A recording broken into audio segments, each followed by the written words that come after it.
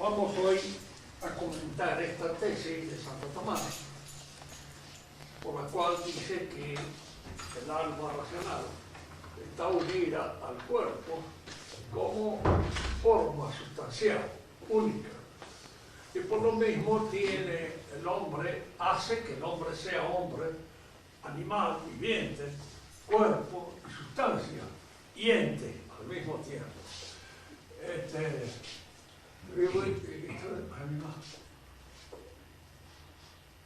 Le atribuye el alma pues al hombre todos los grados de la perfección existencial, y comunica al cuerpo que sea el hecho de que sea, diríamos, sea el acto por el cual el cuerpo es existente, es la realidad existente. Sigue a esta otra tesis que va a entrar en el comentario de hoy también, en donde Santo Tomás expone que muchas de las facultades y las potencias del alma exigen para su realización la presencia del cuerpo. Así, por ejemplo, no se puede ver sin los ojos, no se puede oír sin los oídos, no se puede tocar sin el tacto. Todas estas potencias del alma suponen la presencia de órgano corporal. Pero hay una que no, y es precisamente el acto espiritual por antonomasia, el conocimiento. Y es eso lo que funda de alguna manera la argumentación de que el alma humana puede sobrevivir a la muerte corporal. ¿En qué se funda la posibilidad de esa sobrevivencia? En el hecho de que hay un acto espiritual en el fondo del alma humana que no necesita la ayuda ni la presencia del cuerpo para realizarse. Hay dos cosas que vamos a retomar del pensamiento clásico y que aparecen intrínsecamente perfeccionadas por el pensamiento cristiano. Aristóteles decía que el alma es, de alguna manera, todas las cosas. Y Platón, cuando hablaba del hombre, decía que era un horizonte entre dos mundos. ¿Cuáles serían esos dos mundos? ¿De qué manera nosotros podemos tener noticias de la existencia de una realidad independiente, distinta, diferente a la realidad en la cual vivimos y nos movemos, a esta realidad física a la que estamos hechos y acostumbrados, y que nos parece así espontáneamente y naturalmente en ciertos momentos la única? Habíamos visto al comenzar nuestras lecciones que cuando nosotros analizamos, examinamos la constitución misma del ente, observamos que en el fondo todo ente es un eidos, es decir, es una programación de elementos materiales que se dan de conformidad con un cierto ordenamiento inteligente. Que la materia en sí misma, sin esa ordenación, sin ese ordenamiento, sin esa composición, sin ese eidos, es nada. Está disuelta así. No tiene una realidad, ni mucho menos una realidad viviente, como aquella que da la forma sustancial. Entonces, en el fondo, diríamos, la metafísica, cuando está bien considerada y bien estudiada, nos lleva a que hay un fundamento de toda la realidad que es una inteligencia que la sostiene. Nosotros no llegamos a esa inteligencia, no la intuimos. Es decir, los elementos o el aspecto, diríamos, no visible del universo no es intuido por el intelecto humano, pero el intelecto humano puede llegar a percibirlo a través de un esfuerzo y a través de una inferencia indirecta, si ustedes quieren, no directamente, pero llegar a influir, a intuir, a percibir indirectamente la existencia de esa realidad invisible, de esa realidad que es, a pesar de que a nosotros nos cuesta aceptarlo así, porque contraría las evidencias naturales, es la verdadera realidad, la auténtica. El hombre se mueve entonces entre estos dos mundos. El mundo visible, al cual está atado, ligado por los antiguos, y una realidad inteligible a la cual el hombre asciende por medio del conocimiento. El acto del conocimiento es siempre un acto libre, es decir, no está determinado. Lo hemos dicho en varias oportunidades, pero conviene siempre subrayarlo, porque en la actualidad aparece un poco este extraño fenómeno liberal que se introduce a veces hasta en la enseñanza misma de la Iglesia, en la cual se supone que la libertad es aquello que constituye fundamentalmente la dignidad del hombre. La dignidad del hombre supone la libertad, pero la libertad como condición, como una propiedad, diríamos así, que hace posible el advenimiento a la verdad por la aceptación de la verdad o la caída en el error por la no aceptación de la verdad. Es decir, el hombre no está determinado por naturaleza a conocer efectivamente la verdad de las cosas. Para conocer la verdad de las cosas, el hombre necesita la ayuda de los otros hombres, de los que saben, de los que tienen autoridad en el sentido real y cabal del término, porque la autoridad es una noción que solamente se da en el ser inteligente. No hay que confundirla con el poder, no hay que confundirla con la potestad, no hay que confundirla con el gobierno. La autoridad es, antes que nada, y fundamentalmente saber. Que el hombre que gobierna debe tener autoridad, no cabe ninguna duda, es decir, debe conocer, debe saber, debe tener un conocimiento cabal de aquella jurisdicción en la cual domina. Pero el gobierno no es sinónimo de autoridad. Se puede tener gobierno y no tener autoridad. Se puede tener poder y no tener autoridad. Se puede tener autoridad y no tener poder. Decía un amigo mío que era aficionado a los chistes y a las gracias aquí. Entonces, aquí este es un país, dice, en el cual el saber no ocupa lugar. Dice, porque uno realmente que sabe no está nunca en el lugar que le corresponde. Y el que está en el lugar del que sabe es el que no sabe, la mayor parte de las veces. Y entonces, es lo que sucede siempre.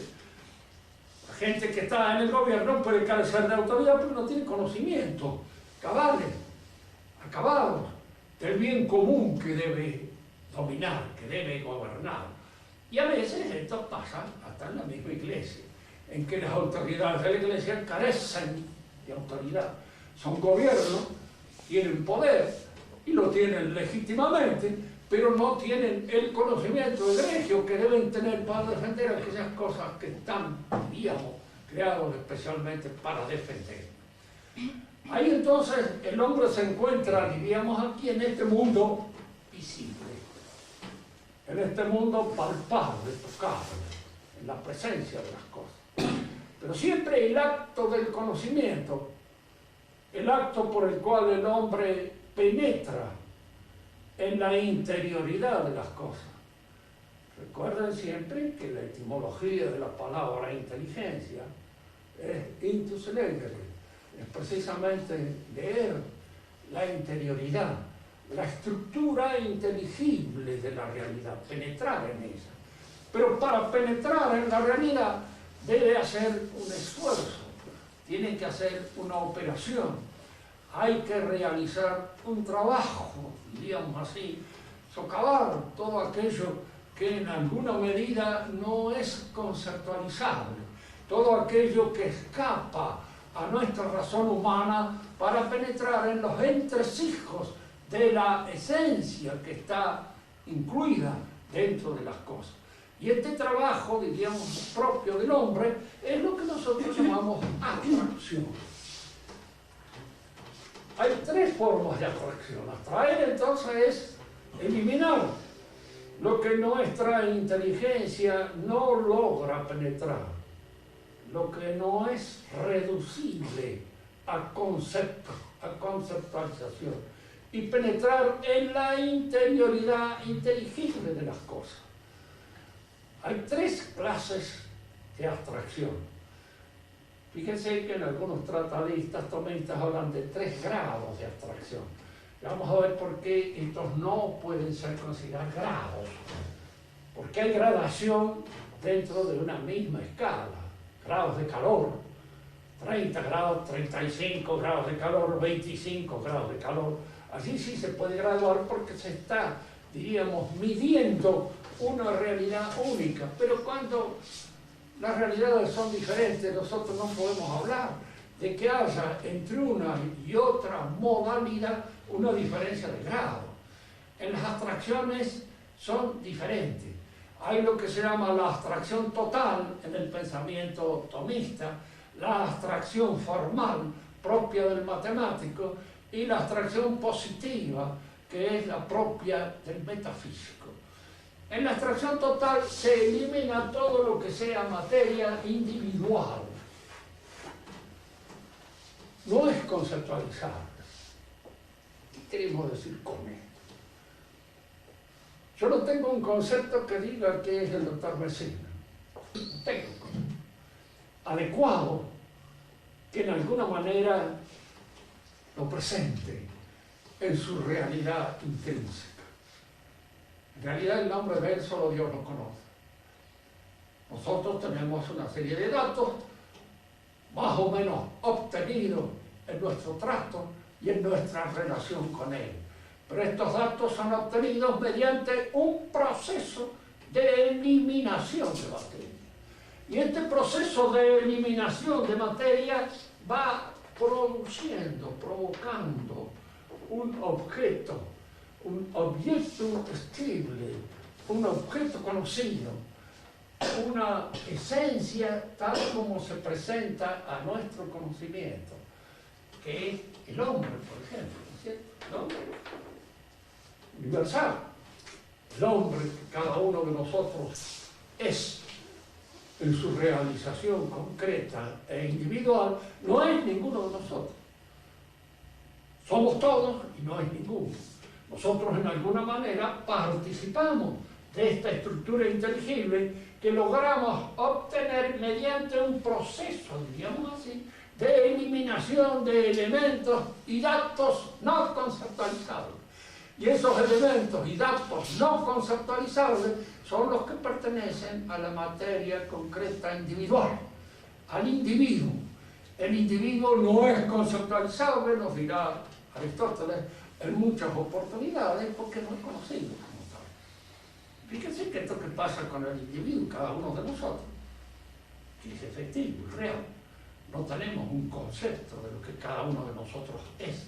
Ni siquiera tenemos un conocimiento claro de lo que somos nosotros mismos. Nos sorprendemos a veces haciendo cosas buenas o malas, en general malas, que son las más comunes, que no las esperábamos de nosotros mismos.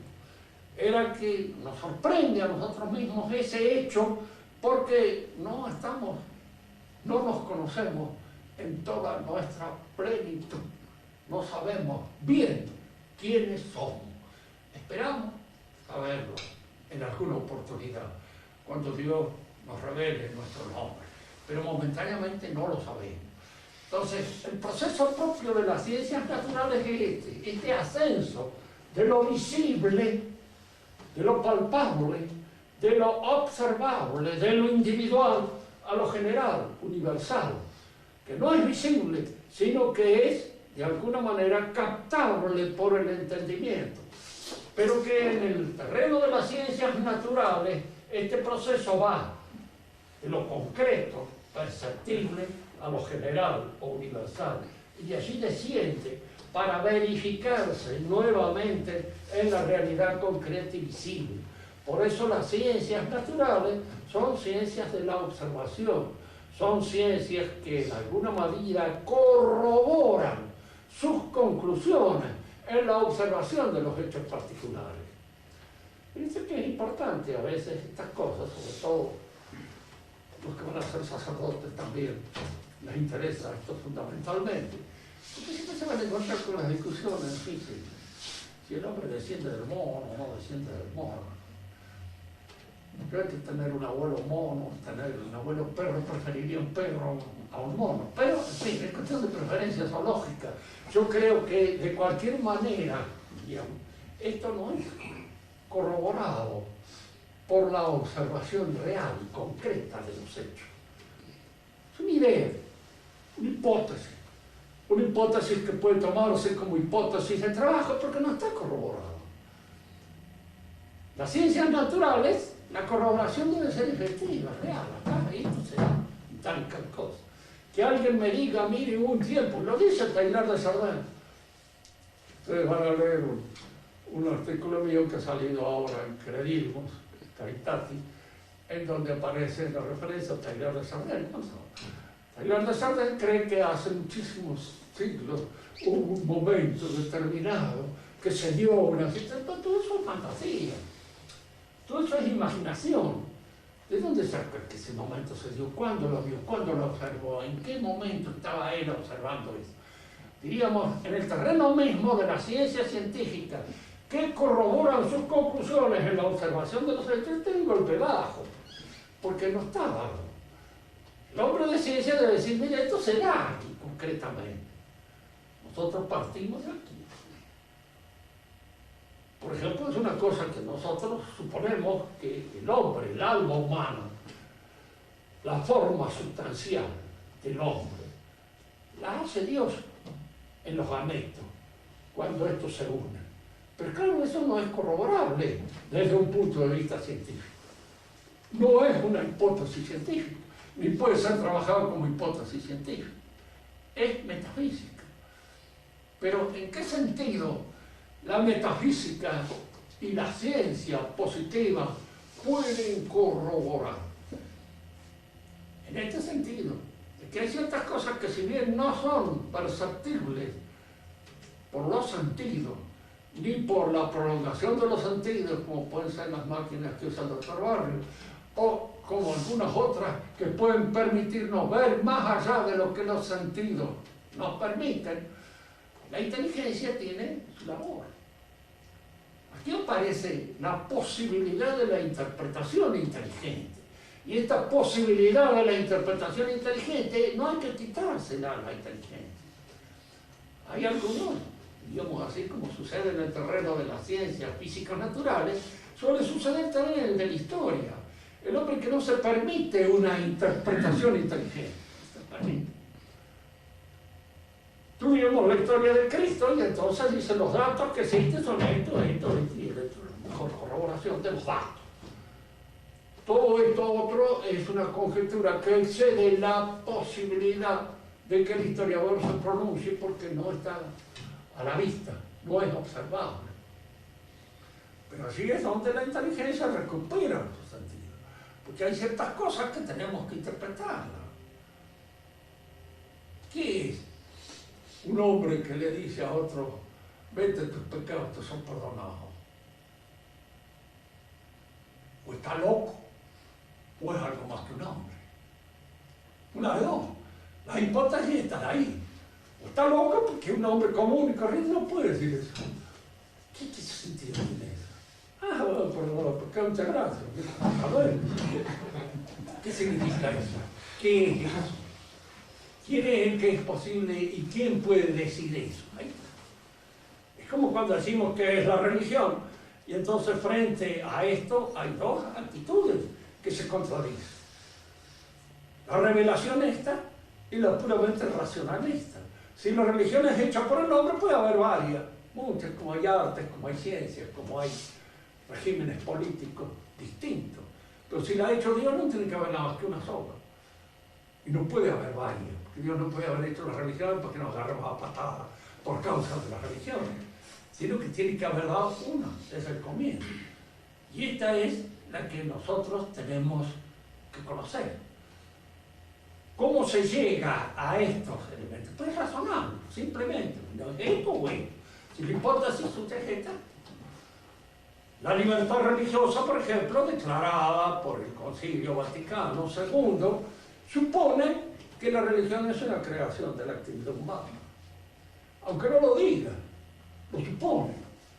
¿Por qué lo supone? Porque si no es una creación de la actividad, si hay una religión de la cual la Iglesia Católica es la administradora autorizada, que tiene la autoridad para hacerlo, entonces la libertad religiosa es simplemente libertad de errar. Y la libertad de errar, bueno, a veces cuando no hay más remedio que aceptarla, se acepta, pero se acepta como tolerancia. No olvidemos que la tolerancia no es una virtud.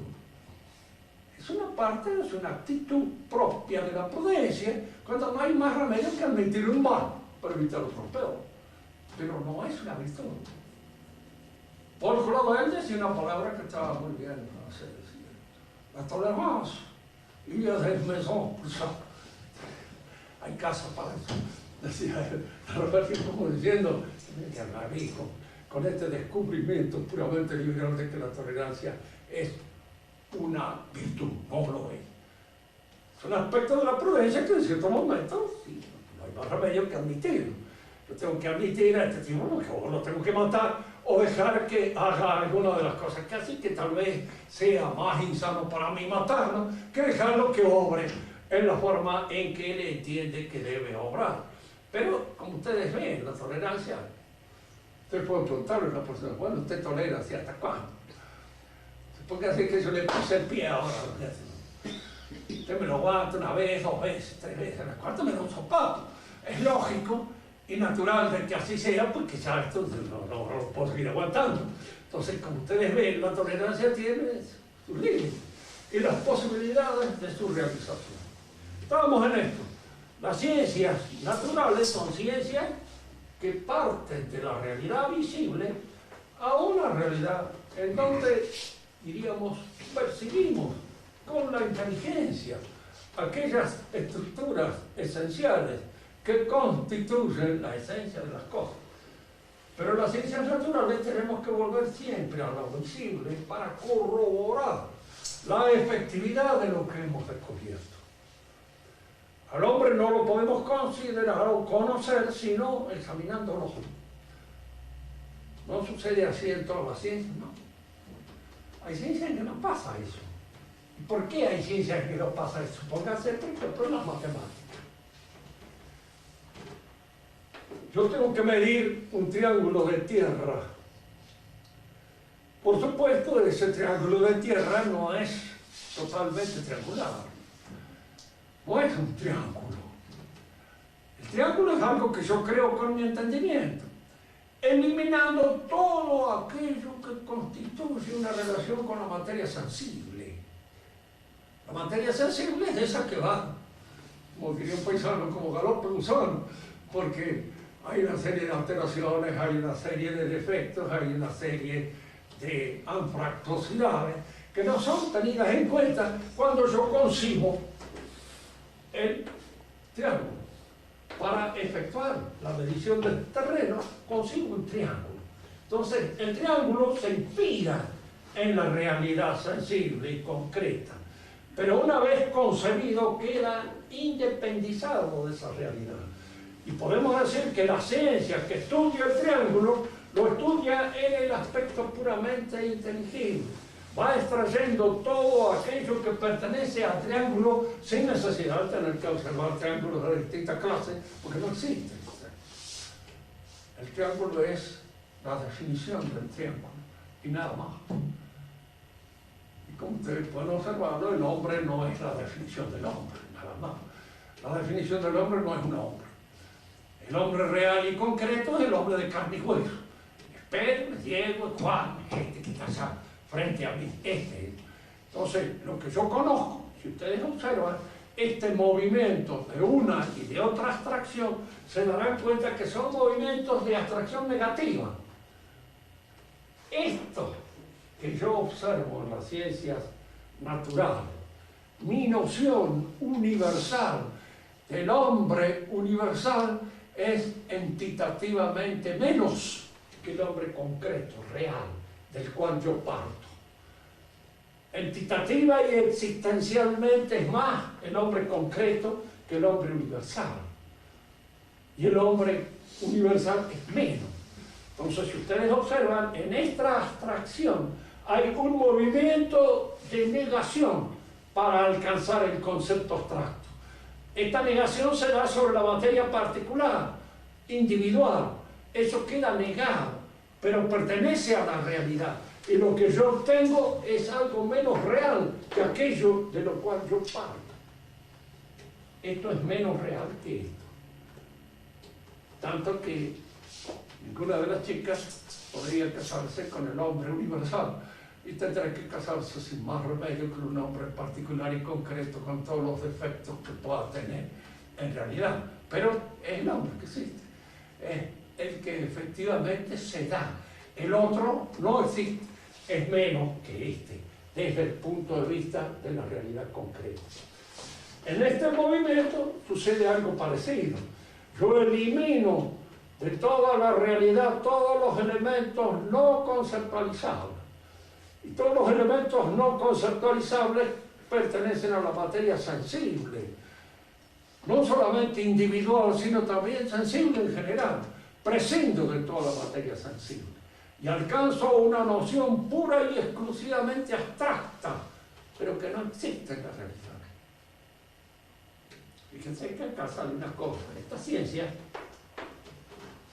naturales nunca son perfectas, porque nunca abrazan la plenitud de su objeto. No la conocen en toda su inteligibilidad. Y esta sí. Las ciencias matemáticas sí. Por eso cuando se aplican estos criterios matemáticos a estas ciencias que estudian entes concretos, lo que se suele hacer a veces es desistencializar a los entes concretos. Y una cosa, el existencialismo como filosofía, que claro, en todos los movimientos que se dan en el pensamiento, se suscitan a veces como una reacción frente a exageraciones de otra índole, a un racionalismo acabado, que trata toda la realidad como si fuera matematizable. Aparecen existencialistas que hacen recordar que no, que lo que es matematizable no es real, sino que es un ente de razón, es un ente que solo existe en la razón, así que por eso esa ciencia tiene esa exactitud que tiene, que este no existe.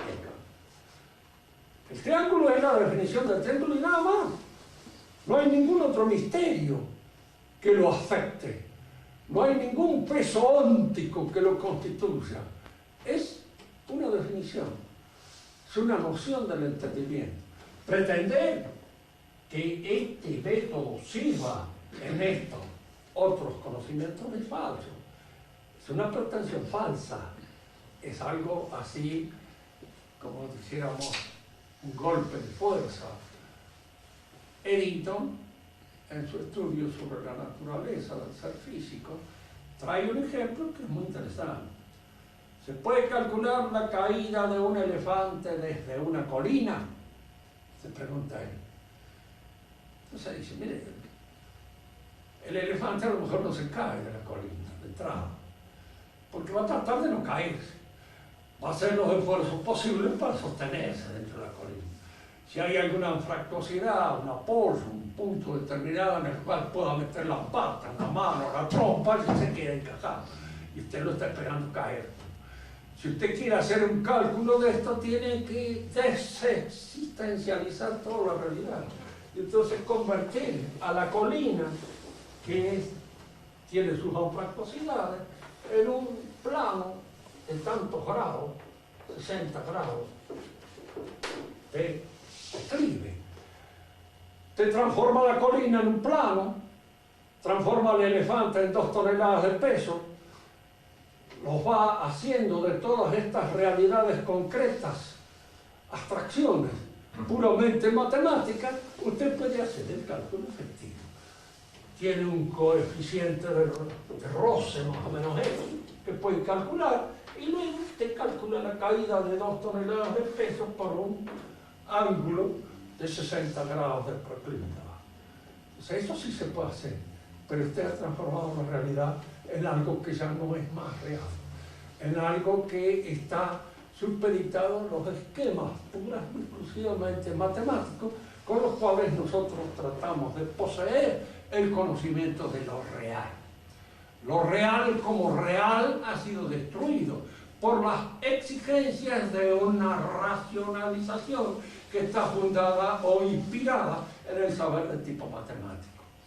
Estas dos formas de abstracción que se usan en el conocimiento y que nosotros lo usamos incluso comúnmente, a veces sin conocimiento auténtico o cabalmente científico, lo usamos, porque a veces no tenemos más remedio que ubicar en la cosa, la convertimos en un ente geométrico, convertimos nuestro campo en un cuadrado, en un cuadrángulo, en un triángulo, en lo que fuera, y entonces hacemos las mediciones que allí corresponden, convirtiendo esa realidad en algo que lo manejemos intelectualmente. Estas dos formas de abstracción son formas negativas de la abstracción. ¿Por qué? Porque inspirándose en la realidad alcanzan entidades que ya no tienen la misma densidad óptica que la realidad de la cual han partido. Tienen menos densidad óptica. Si alguien me dice entonces, para usted el conocimiento científico es menos que el conocimiento concreto individual, bueno, ciertas cosas puede tener y obedecer a un método más claro, más preciso, pero el conocimiento de lo real, yo me pongo en el caso, por ejemplo, de los médicos, el médico está bien, puede conocer las enfermedades, todas aquellas cosas que se dan en el plano de la patología, pero después hay que conocer a este concreto. Y acá es donde tienen que aplicar, diríamos, una intuición que penetra en lo particular, que penetra en lo individual, concreto, porque no se trata de un caso que se da en la patología, se trata de este caso. Y este puede tener una serie de cosas circunstanciales que son propias de él y de nadie más que de él. Fíjense que a veces, Aristóteles especialmente, es el que hacía una analogía entre la actividad médica y la del hombre político. Decía cómo el político debe conocer la realidad del pueblo en el cual le toca actuar. Por eso los políticos son intransferibles. Podemos cambiar un científico, especialmente si es un matemático, si es un físico matemático, incluso un médico, porque la fisiología humana más o menos en todas partes es la misma. Pero un político no, porque el político tiene que conocer su pueblo. Y ese pueblo tiene una situación un poco especial, particular. Hay en él cosas que se pueden arreglar y otras que no se pueden arreglar. Por eso cuando alguien viene y le dice, ¿cuál sería para usted el mejor sistema? Para lo que eso no existe. Es como si le fuera a decir a un médico, primero permítame examinarlo. Después le voy a decir cómo funciona, si tiene bien el hígado, si lo tiene mal, si tiene esto, si es viejo, si es joven. Cada una de estas cosas va provocando un diagnóstico especial y un tratamiento especial. Y en el orden del cuerpo político sucede algo semejante. Estas dos formas de la abstracción total para las ciencias naturales y abstracción formal para la matemática, son formas de abstracción negativa. Pero aquí es donde nosotros queríamos llegar a esto. ¿Qué es realmente? Lo que realmente es, cuando nosotros examinamos un ente, es una noción, es una idea. Pero es una idea realizada concretamente. Allí, en esa concreción real que está. Nosotros no podemos penetrar en eso, porque no podemos penetrar en la esencia concreta de las cosas. Porque si penetráramos en la esencia concreta de las cosas, conoceríamos como Dios. Sí, seríamos como Dios. Porque penetraríamos en el conocimiento. Poseer el conocimiento real y concreto determinado de una criatura es tener a esa criatura en la mente. Y cada una de las criaturas está en la mente de Dios, efectivamente, pero es la de nosotros. Pero nosotros suponemos de que esa idea concreta que es cada uno de nosotros es. Y en el fondo es una idea, es una programación. Es algo que pertenece a Dios. Estas cosas fueron vistas por Platón.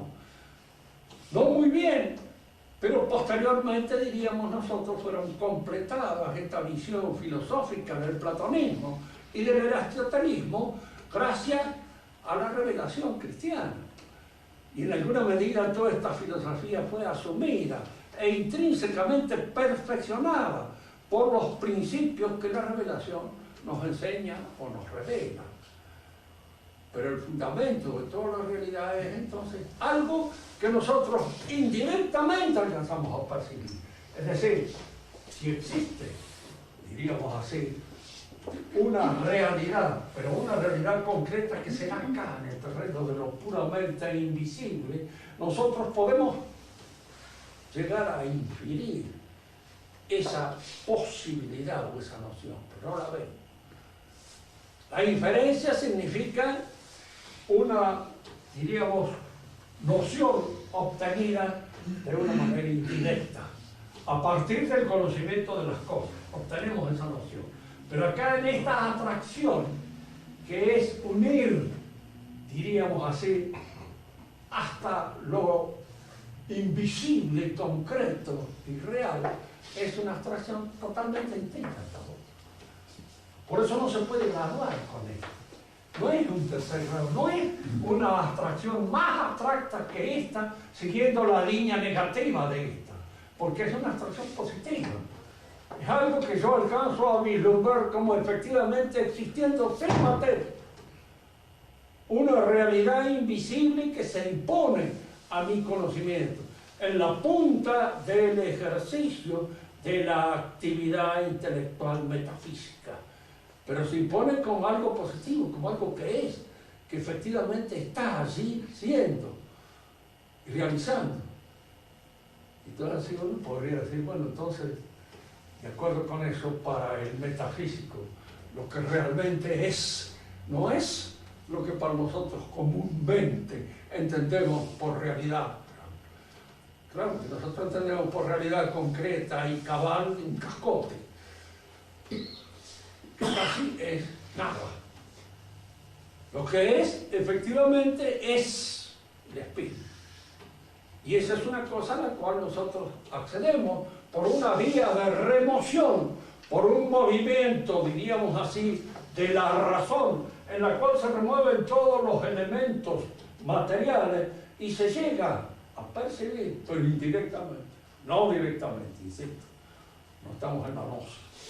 Estamos simplemente en una forma metafísica del conocimiento. Podemos percibir esta concreción terminante. Cuando Aristóteles nos dice a nosotros que el alma es, en alguna medida, todas las cosas, quiere decir simplemente que el alma humana se alimenta de todos estos conocimientos. Y que todos estos conocimientos ingresan al alma. Hay un dicho que se atribuye a uno de los materialistas más materialistas del siglo XVIII, que si el hombre es lo que come. Se puede admitir de alguna manera esto, porque lo que come se ingresa y forma parte de él.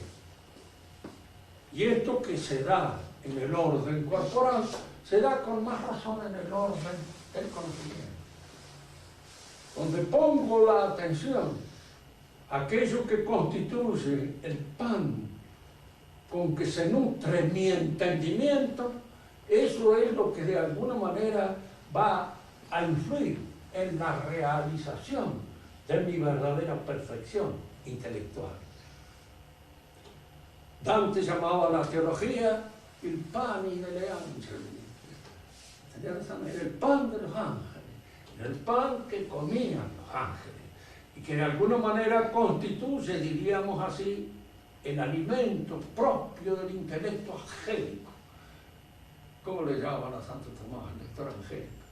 ¿Y por qué de alguna manera se le llama el doctor angélico? Porque ha comido precisamente el pan del intelecto, que es el pan de ángel. Su conocimiento está en contacto con estas realidades superiores, y al estar en contacto con esas realidades superiores, eso es lo que le da de alguna manera el nivel desde el cual se expone este conocimiento y desde el cual se expande. Cuando el hombre tiene sus cosas perdidas pura y exclusivamente en las monedas y en las cosas aquellas que constituyen el pan de cada día, se rebaja un poco el nivel de su saber. Hay hombres muy hábiles para este tipo de conocimiento y que a veces nos asombran con sus conocimientos de la finanza o sus conocimientos de las turpitudes y de las porquerías humanas. Y decía, el diablo es inteligente, sí, pero le falta el ven del intelecto. No ve lo que está por encima de él, porque si lo viera no sería como él. Estaría de alguna manera, diríamos, converso en otra cosa. Pero ve todos los laberintos y los vericuetos de la caída del alma. Y allí sí seguía él maravillosamente y sin tropiezo.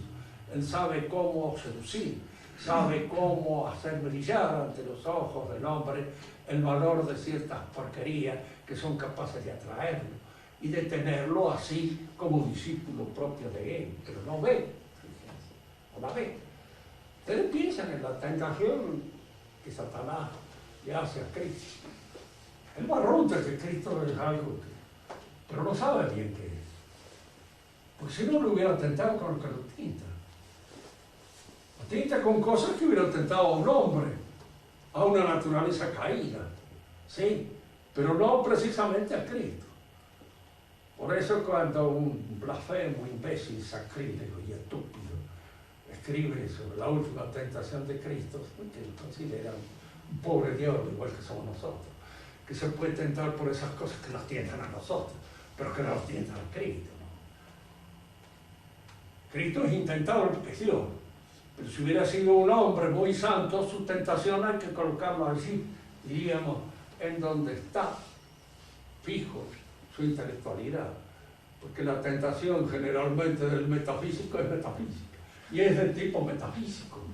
Es una tentación mucho más grave y más embromada que las que podemos tener nosotros, pero es una tentación que está al nivel de sus ambiciones, al nivel de sus aspiraciones y al nivel de su conocimiento. Por hoy nada más. La clase que viene seguiremos dando. Si alguno quiere hacer alguna pregunta, use toda la voz que tiene. A ver, Sebastián.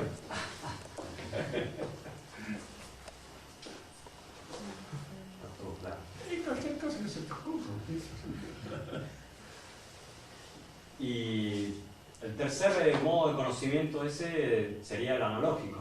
¿De qué? El tercer modo de abstracción sería el analógico. Y analógico. La separación. Las nociones son análogas, diríamos, en el tercer grado, no tercer grado, sino en la abstracción positiva. Las nociones son análogas porque son todas así. Por ejemplo, la idea de causa, la idea de ente, son análogas, que no se dan de la misma manera, tienen algo en común y al mismo tiempo algo que las distingue, porque están todas obtenidas en el nivel de consideración del ente, y el ente es una noción análoga, fundamentalmente, porque es aplicable a Dios y es aplicable a la pulga, y en cada uno de ellos el ente se da con una proporción diferente. Hay dos clases de analogía, la de proporción y la de atribución. La de proporción es aquella que de alguna manera se da entre las cosas que tienen entre ellas una diferencia proporcional. 2 es a 4 como 2 millones a 4 millones. ¿Sí? El ente de la pulga es a la pulga como el ente de Dios es a Dios, una entidad de Dios. Es decir, hay una analogía de proporción. Pero la analogía de atribución intrínseca es distinta, en este sentido de que hay que tener más en cuenta, porque se trata del ser. Se trata de la analogía que se funda en el ser, como existencia. Nosotros somos, diríamos, porque participamos del ser de Dios. Es Dios el que nos sostiene en nuestro ser, de manera que nuestro ser está dependiendo de la inteligencia y la voluntad divina. Entonces, en cambio, el ser de Dios es el Dios, el analogado principal, porque es Él el que es y no puede no ser. ¿Y por qué le han llamado abstracción? ¿Por qué le llaman abstracción? Y abstracción porque está suprimida toda la materia. Claro. Claro. Pero en estos primeros casos, la abstracción es negativa, porque la supresión de la materia va eliminando entidad para obtener una noción más delgada, menos real. Y en este otro caso, sucede al revés. Uno termina algo más real. Claro, yo llego a que en realidad el fundamento de todo lo real es sin materia. Porque la materia es un minus, es una disminución en la entidad.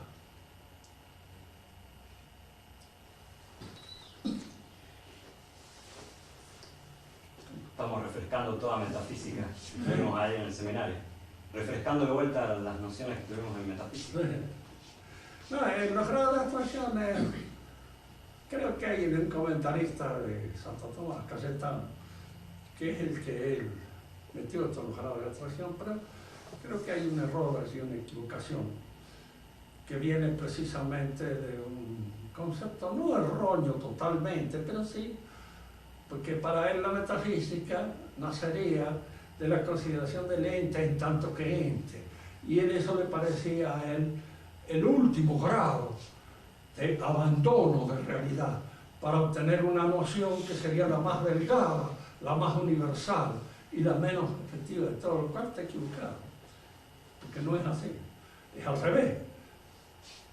Esa noción es la más positiva de todo. Y sí, ese es el problema que a veces se ha dado entre los pensadores tomistas modernos, un poco por la influencia de Maritain, que era cayetanista. Pero a la discusión. Pero yo creo que se impone esta noción intensiva de la abstracción, que la abstracción en última instancia es. Cuando uno mismo analiza lo que es la sustancia, la forma sustancial, y su somos. O sea, uno entra en un misterio. Porque eso que somos no lo sabes ni vos. Es una realidad que sostiene todos esos otros actos que nosotros podemos observar, a través de los cuales eso que somos se manifiesta, pero que no es eso que somos. Esto que parece ser la cosa más evidente, más al alcance de nuestro saber, la realidad de cada uno de nosotros, si nosotros lo examinamos bien, aparece como un misterio y como una cosa no tan fácilmente penetrable y descubrible. De todos modos, uno termina en un conocimiento universal también. El ente es universal también. Uno terminaría en un conocimiento universal también. Sí. Pero no como los otros. No, lo que pasa es esto. Hay dos universales. Claro. El universal insignificante, que es el concepto universal, que marca muchas cosas. Cuando decimos animal, por decir cualquier animal.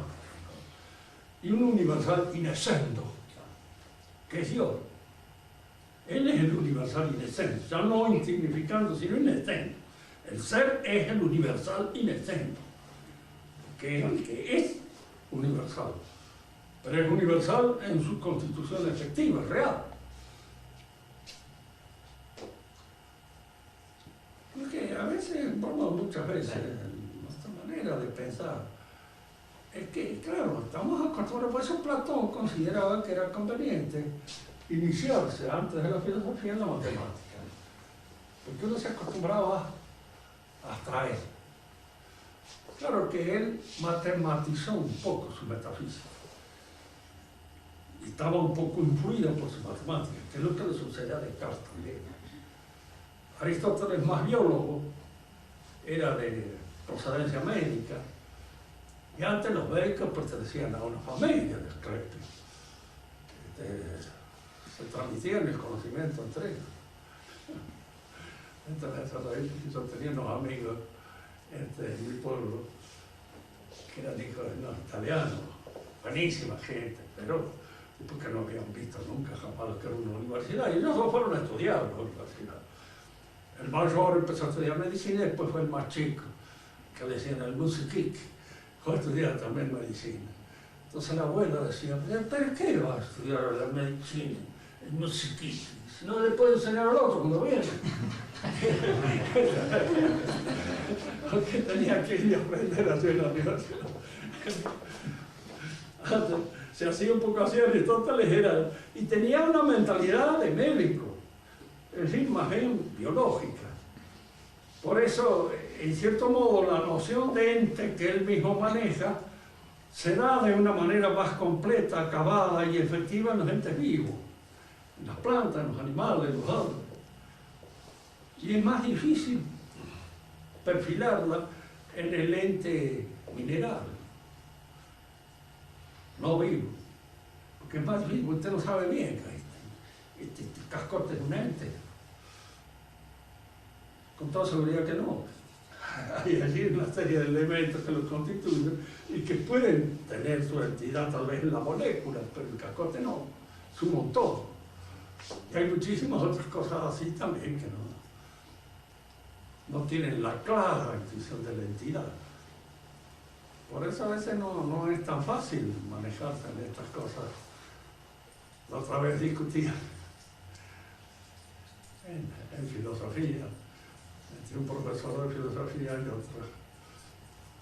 Uno de ellos hablaba de la forma sustancial de una obra de arte. Una obra de arte no tiene forma sustancial. ¿Por qué? Porque no es un ente natural. Es un artificio. Y en un artificio hay realmente una cierta forma mecánica, dada por el artilugio, pero no hay forma sustancial en el sentido cabal del término. Y otro profesor de filosofía parece que el asunto no lo veía muy bien, estaba más influido, qué sé yo por qué, estudian aquí más a Hegel que a Santo Tomás, ¿no? Entonces, indudablemente tienen una formación a veces bastante deficiente en materia de filosofía. Porque eso es rico. Muchas veces el que estudia en el seminario puede creer, fíjense que es muy natural, ¿no? De que este asunto de Santo Tomás es una cosa que meten ahí, ¿no? Si no habría alguna posibilidad de tener un mejor conocimiento fuera del tomismo. Yo les puedo decir que me crié fuera del tomismo y que me he formado filosóficamente fuera del tomismo y después he caído en el tomismo. Les puedo decir, nunca hay un sistema que tenga un método más adecuado para el enfrentamiento de lo real que el sistema de Santo Tomás. Más cuando uno es cristiano, no hay. Porque no es un sistema cerrado, clauso. Es un sistema en el cual usted puede elaborar su visión de las cosas, estudiarlas, analizarlas. Hay muchas cosas que en el tomismo no han sido vistas de una manera precaria, en la cual siempre existe la posibilidad de adelantar un cierto conocimiento, porque no está encerrado en un sistema. En Hegel usted tiene que repetir lo que dijo Hegel, y si no, ya contradecirlo completamente y abrirle un agujero enorme, como hacen la mayor parte de los postmodernos, porque el sistema no da para más, es clauso, se cierra, y al cerrarse no deja salida ni posibilidades, diríamos, para obtener otra forma de conocer. Explota, o sea, ¡pum!, revienta. Lo que pasa con Kant, lo que pasa con Hegel, lo que pasa con el mismo Marx, que es un continuador de Hegel. Acá Hegel es muy estudiado en la Facultad de Filosofía. Y es curioso porque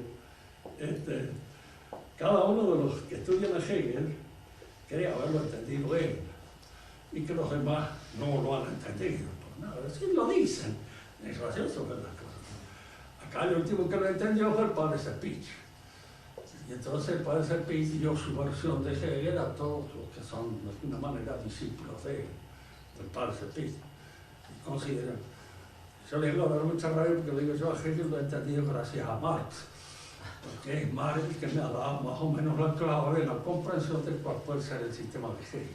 Le da una raya, pero el mal sistema los contradice ya totalmente, porque ellos quieren bautizar el sistema de Hegel. Y el Dios de Hegel es como dice Marx, tiene la gran molestia de que no existe. Es un Dios que está en la cabeza, ¿no? Algún día podemos hablar aquí de eso.